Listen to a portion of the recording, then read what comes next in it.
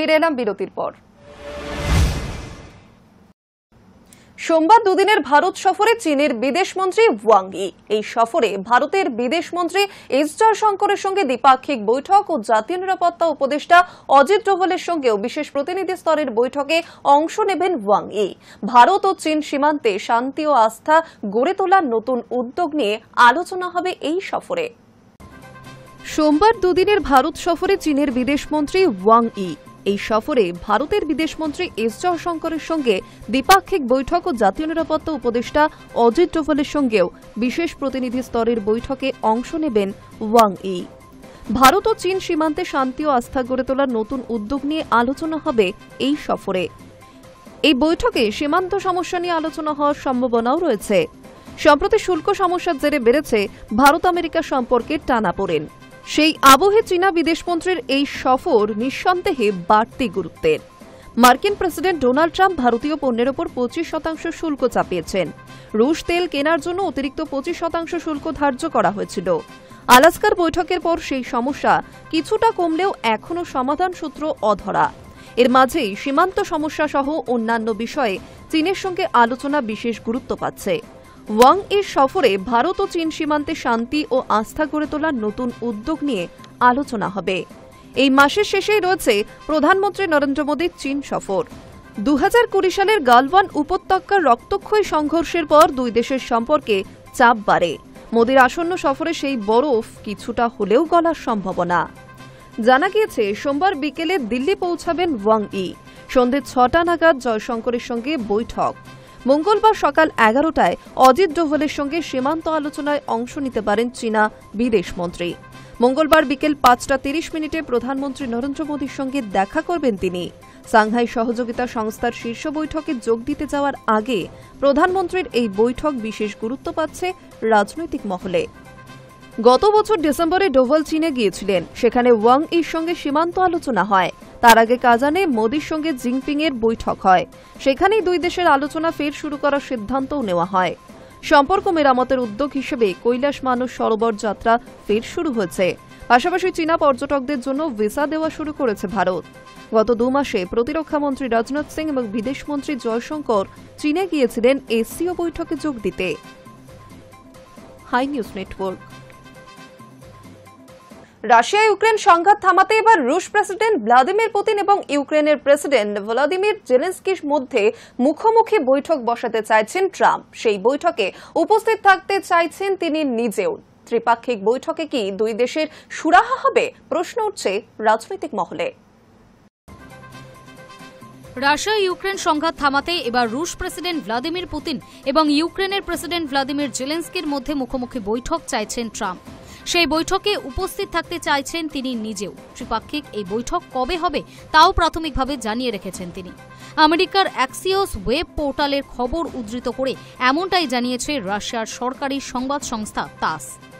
আলাস্কায় পুতিনের সঙ্গে বৈঠকের পরেই জেলেনস্কিকে ফোন করেছিলেন ট্রাম্প। ফোন করেছিলেন ব্রিটেন, জার্মানি এবং ফ্রান্স, এই 3 দেশের রাষ্ট্রপ্রধানকেও। তখনই নাকি ট্রাম্প তাদেরকে জানান তিনি আগামী শুক্রবার পুতিন এবং জেলেনস্কিকে নিয়ে একটি ত্রিপাক্ষিক বৈঠক করতে চাইছেন। অবশ্যই বৈঠক কোথায় কখন হতে পারে তা উল্লেখ করা হয়নি এই প্রতিবেদনে। আদৌ এই বৈঠকে পুতিন এবং জেলেনস্কিকে ট্রাম্প সামিল করতে পারবেন কিনা তা নিয়েও প্রশ্ন রয়েছে। ভোট প্রচারে ট্রাম্প দাবি করেছিলেন ক্ষমতায় এলে 24 ঘন্টার মধ্যে রুশ ইউক্রেন যুদ্ধ থামিয়ে দেবেন। বেশ কয়েকটি যুদ্ধ এবং সংঘাত থামিয়ে দেওয়ার কৃতিত্ব দাবি করলেও 3.5 বছর ধরে চলা রুশ ইউক্রেন যুদ্ধ এখনও থামাতে পারেননি নোবেল শান্তি পুরস্কার প্রত্যাশী ট্রাম্প। জো বাইডেন আমলের মতো কঠোর মস্কো বিরোধী অবস্থান থেকে নরমে গরমে মস্কোর মোকাবিলা করার চেষ্টা করেছেন তিনি। রাশিয়া থেকে তেল কেনার জন্য অতিরিক্ত শুল্ক চাপিয়েছেন ভারতের ওপর। আবার আলাস্কায় পুতিনকে লাল গালিচা পেতে স্বাগতও জানিয়েছেন।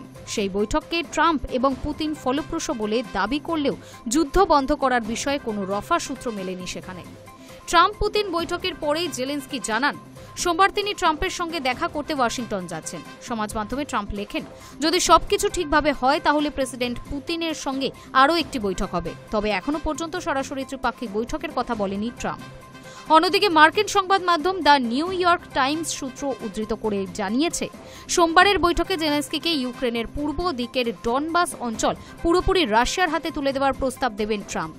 দীর্ঘদিন ধরেই পূর্ব ইউক্রেনের ডনবাস অঞ্চলের বিনিময়ে যুদ্ধ থামানোর প্রস্তাব দিয়ে যাচ্ছে রাশিয়া। ডনবাস অঞ্চলের লুহানস্ক প্রদেশ ইতিমধ্যেই রাশিয়ার দখলে। তবে ওই অঞ্চলের আরেক প্রদেশ ডনেৎস্কে এখনও লড়াই চালিয়ে যাচ্ছে ইউক্রেন সেনা। রাশিয়া অবশ্য চায় গোটা ডনবাস অঞ্চলটি তাদের হাতে ছেড়ে দিক ইউক্রেন, কিন্তু খনিজ সমৃদ্ধ এই অঞ্চল নিরাপত্তাগত কারণেই হাতছাড়া করতে চায় না ইউক্রেন। আগেও রাশিয়াকে জায়গা ছাড়ার এই প্রস্তাব খারিজ করে দিয়েছিলেন জেলেনস্কি।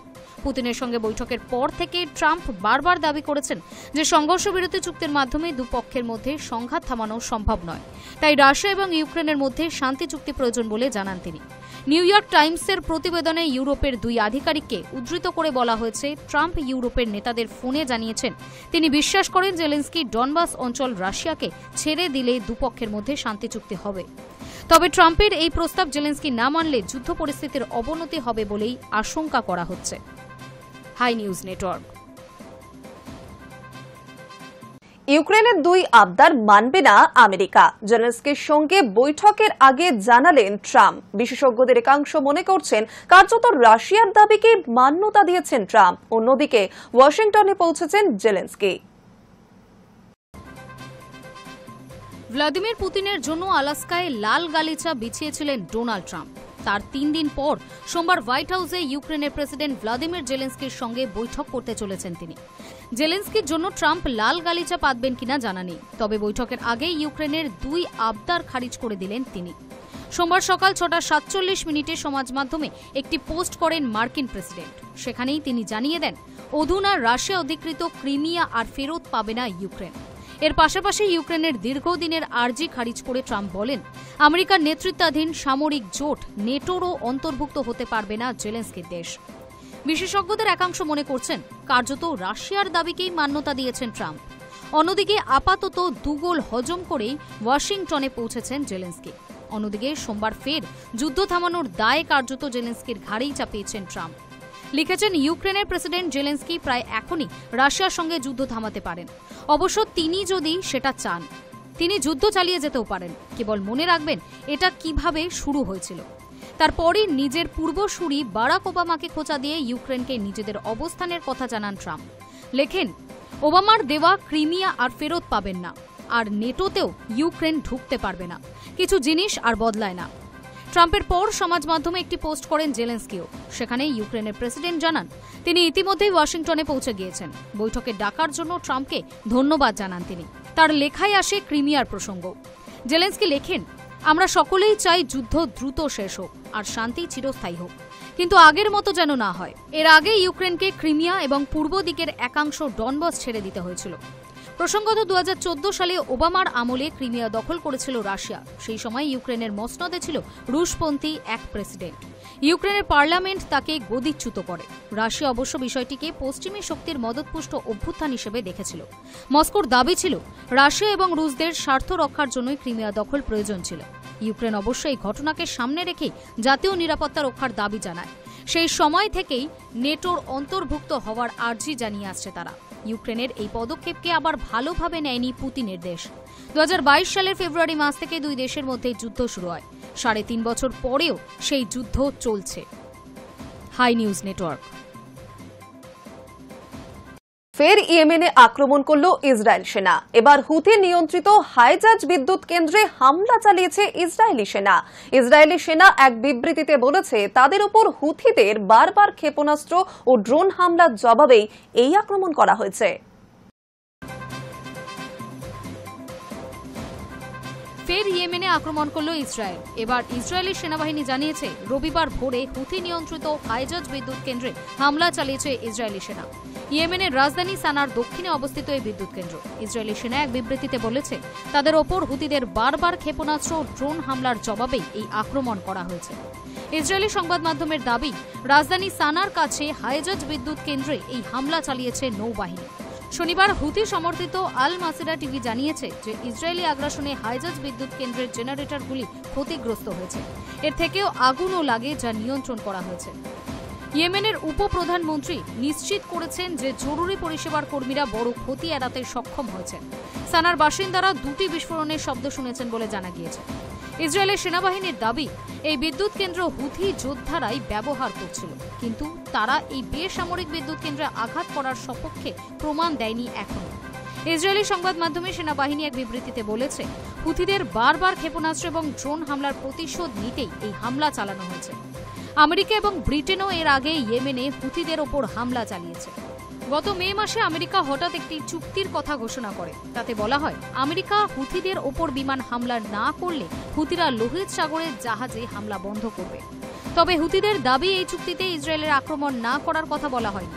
যুদ্ধবিরতি ঘোষণার আগে মার্কিন বাহিনী ইয়েমেনে বিমান হামলা চালিয়ে 250 জনেরও বেশি মানুষকে হত্যা করে।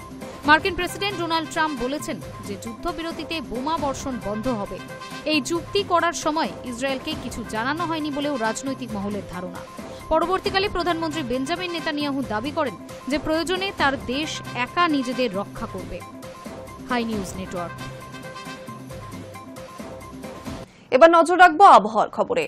ফের নিম্নচাপের চোখ রাঙানি। আবহাওয়া দপ্তর সূত্রে খবর, উত্তর পশ্চিম বঙ্গোপসাগরে একটি সক্রিয় ঘূর্ণাবর্ত তৈরি হচ্ছে, যা আগামী 24 ঘন্টার মধ্যে নিম্নচাপে পরিণত হবে। সূত্রের খবর, এই নিম্নচাপ ধীরে ধীরে শক্তি সঞ্চয় করে গভীর নিম্নচাপের রূপ নিতে পারে। ওড়িশা ও অন্ধ্র উপকূলে এর প্রভাব সর্বাধিক হবে, তবে দক্ষিণবঙ্গেও এর প্রভাব পড়তে পারে। সপ্তাহের শুরুতেই আবার রং বদলাতে চলেছে আবহাওয়া। আবহাওয়া দপ্তর সূত্রের খবর, উত্তর পশ্চিম বঙ্গোপসাগরে একটি সক্রিয় ঘূর্ণাবর্ত তৈরি হচ্ছে, যা আগামী 24 ঘন্টার মধ্যে নিম্নচাপে পরিণত হবে। সূত্রের খবরে এই নিম্নচাপ ধীরে ধীরে শক্তি সঞ্চয় করে গভীর নিম্নচাপে রূপ নিতে পারে। ওড়িশা ও অন্ধ্র উপকূলের এর প্রভাব সর্বাধিক হবে, তবে দক্ষিণবঙ্গেও এর প্রভাব পড়তে পারে। আবহাওয়াবিদরা জানাচ্ছেন, সোমবার থেকে দক্ষিণবঙ্গে অর্থাৎ কলকাতা, হাওড়া, হুগলি, উত্তর ও দক্ষিণ 24 পরগনায় নিম্নচাপের জেরে বৃষ্টিপাতের আশঙ্কা রয়েছে। এছাড়া পূর্ব ও পশ্চিম মেদিনীপুর এবং নদিয়া জেলায় বজ্রবিদ্যুৎ সহ বৃষ্টির সম্ভাবনা রয়েছে। বাতাসে গতিবেগ ঘন্টায় 40 থেকে 50 কিলোমিটার পর্যন্ত হতে পারে। উপকূলবর্তী জেলাগুলিতে আরও তীব্র প্রভাব পড়তে পারে। এই সময়ে আবহাওয়া দপ্তর থেকে মৎস্যজীবীদের সমুদ্রে না যাওয়ার পরামর্শ দেওয়া হয়েছে। সূত্রের খবর, নিম্নচাপটি গুজরাট অভিমুখে যাবে এবং শক্তি ক্ষয় করে ঘূর্ণাবর্তে পরিণত হবে। তাই এর প্রভাব সরাসরি বাংলার ওপর পড়বে না, বরং এই নিম্নচাপ বাংলা ছেড়ে ওড়িশা অভিমুখে এগোবে। তবে দক্ষিণবঙ্গের আকাশ মেঘলা থাকবে এবং সন্ধ্যার পর বজ্রবিদ্যুৎ সহ বৃষ্টির সম্ভাবনাও বাড়বে। এই নিম্নচাপের প্রভাব উত্তরবঙ্গেও পড়বে কিছুটা, যার ফলে উত্তরবঙ্গের আবহাওয়ার পরিবর্তন দেখা যাবে। দার্জিলিং, কালিম্পং, জলপাইগুড়ি, কোচবিহার ও আলিপুরদুয়ারে বজ্রবিদ্যুৎ সহ মাঝারি থেকে ভারী বৃষ্টিপাতের সম্ভাবনা রয়েছে। সিকিমেও ঝোড়ো হাওয়া ও বজ্রঝড়ের পূর্বাভাস রয়েছে। পাহাড়ি এলাকায় ধস নামার ঝুঁকিও উড়িয়ে দেওয়া যাচ্ছে না। উত্তরবঙ্গ ও দক্ষিণবঙ্গ দুই জায়গাতেই সপ্তাহের শুরু থেকে আবহাওয়া অস্থির থাকবে। সরাসরি নিম্নচাপের আশঙ্কা না থাকলেও বজ্রবিদ্যুৎ সহ ঝড় ও প্রবল হাওয়ার কারণে সাধারণ মানুষকে সতর্ক থাকার পরামর্শ দিয়েছে আবহাওয়া দফতর। High news network.